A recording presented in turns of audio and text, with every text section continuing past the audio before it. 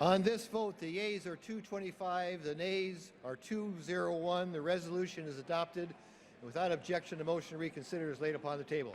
It is unconscionable that when this do-nothing Republican Congress finally decided to do something, it's suing the president for doing his job when they refused to do theirs. I wish I could say that this was politics at its worst, but I've heard too many in the Republican majority raise the specter of impeachment not to know better. I urge opposition to this time and taxpayer money-wasting resolution and urge Republicans in the majority to join Democrats and address the serious challenges facing our nation. Are you willing to let any president choose what laws to execute and what laws to change? Are you willing to let anyone tear apart what our founders have built? Republicans are battling about lawsuits. Democrats are screaming about things that aren't getting done by one side, despite the fact they are often as much to blame as anyone else for log jams. The president has the poison pen at the ready, and everyone's heading for vacation. Everyone, that is, save for veteran political analyst and commentator Dick Morris, who joins us here on MidPoint. You're not heading for vacation immediately right after everybody else bails out, are you, Dick? Just making sure. Well, you know, got a plane to catch in 10 minutes, so be fast. Don't worry about it. We'll get it all in here, brother. Hey, here's Ted Cruz and John Boehner are going at it right now. I mean, Cruz wants the Republicans to vote against Boehner's bill. Are we really seeing a really serious divide here in the Republican Party? There is a divide. There's obviously a difference of opinion there. And I think Cruz is trying to move the process a little bit further to the right. Basically, what's happening now in the main is that Obama is attempting to paint the Republican Party as nuts. He's trying to say these people want to impeach me, these people want to shut down the government, these people won't pass any legislation at all, they're extremists, they're obstructionists, and I'm willing to work with them to try to solve the problems of the country. And that's Obama's political line.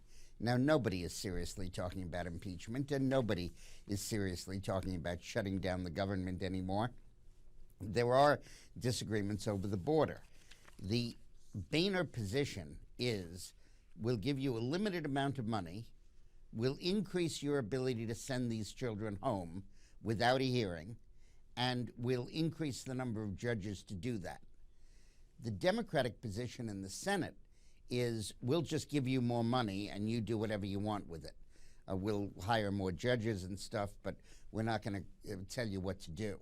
The Cruz position is the Boehner position, plus asking for a declaratory statement by Congress and a law that the president does not have the power to confer amnesty by executive order.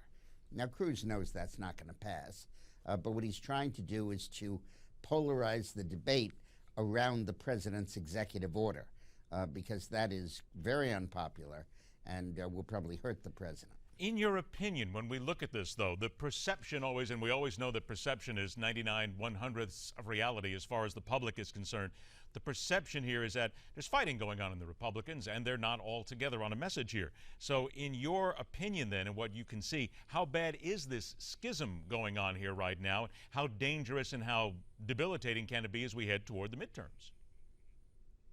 I don't think it's dangerous, and I certainly don't think it's debilitating. There's some primary fights going on. There's an ideological consistency among the Tea Party people and among the mainstream Republicans, and they're fighting it out, and that's fine. The Democratic Party is also having its divisions over immigration. There are a lot of senators that are saying, we want these kids to stay. There are a lot of senators who are saying we want them to go home as expeditiously as we can, and that is Obama's position.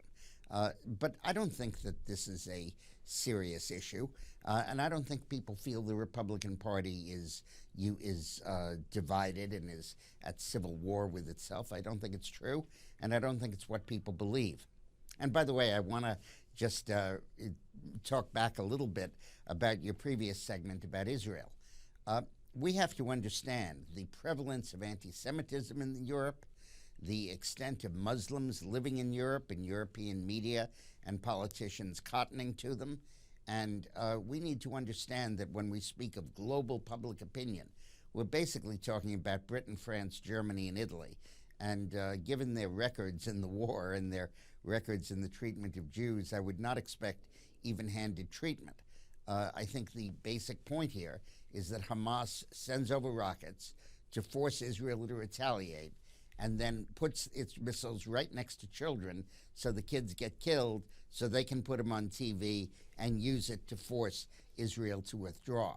Netanyahu said it best. We use our missiles to protect our children. They use their children to protect their missiles.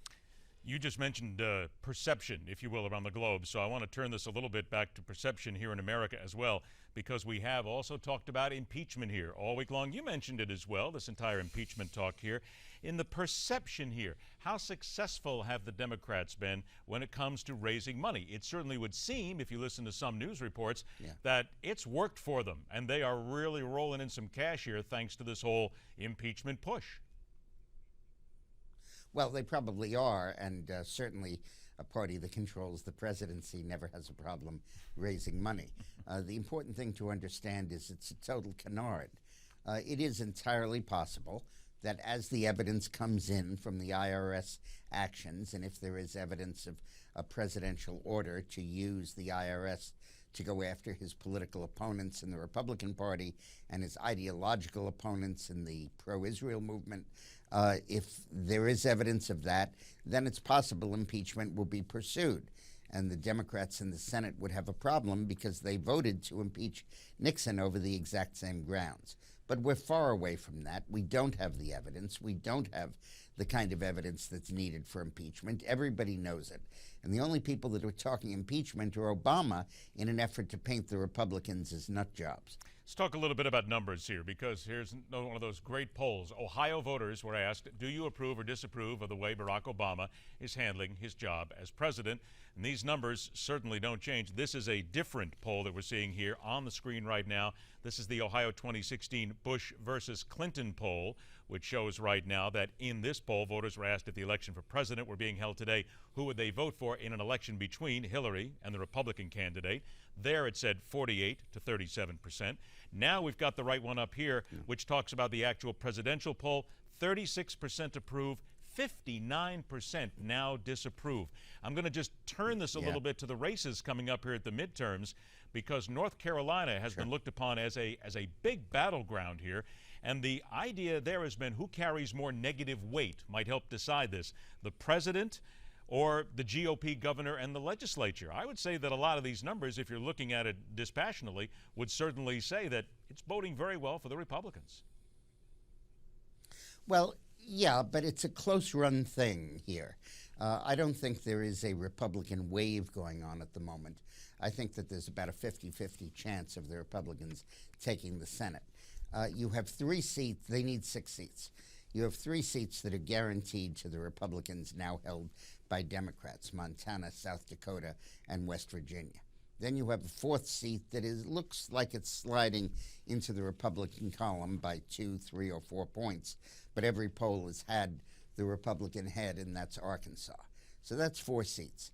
Then you have 4 seats that are in play that are represented by Democrats, and, well, 5 seats that are represented by Democrats, and 2 seats that are represented now by Republicans.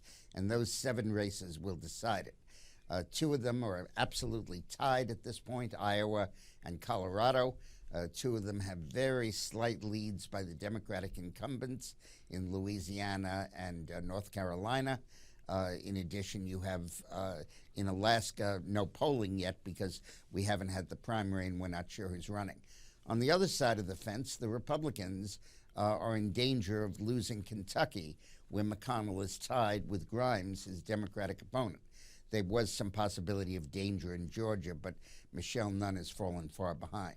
So to summarize it, the Republicans are likely to win 4 seats and to be on a razor's edge of winning or losing 5 more, possibly losing 1, and they need a total of 6. 30 seconds left here. How's that fundraising working for the president here these days? It certainly is not doing a whole lot for his image, it would seem. I think that Obama has almost cashed it in as far as that goes. I think that he's removed, distracted, aloof. You know, if I opened the newspaper tomorrow and I learned that Obama had resigned, I wouldn't be surprised. Dick, I think you're going to be safe there, actually, when you pick up a paper. I don't think that's going to happen, but there's a lot of people who actually, I think, wish it would as well. Dick, always a pleasure to talk to you, my friend. Have a wonderful week. We'll see you soon.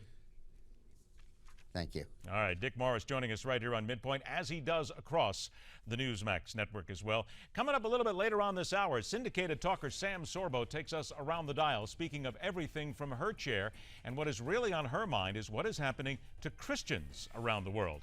And there's also a suggestion to the president. We are always looking to ask the president, tell him things that we think might be good for him and our fellow politicians.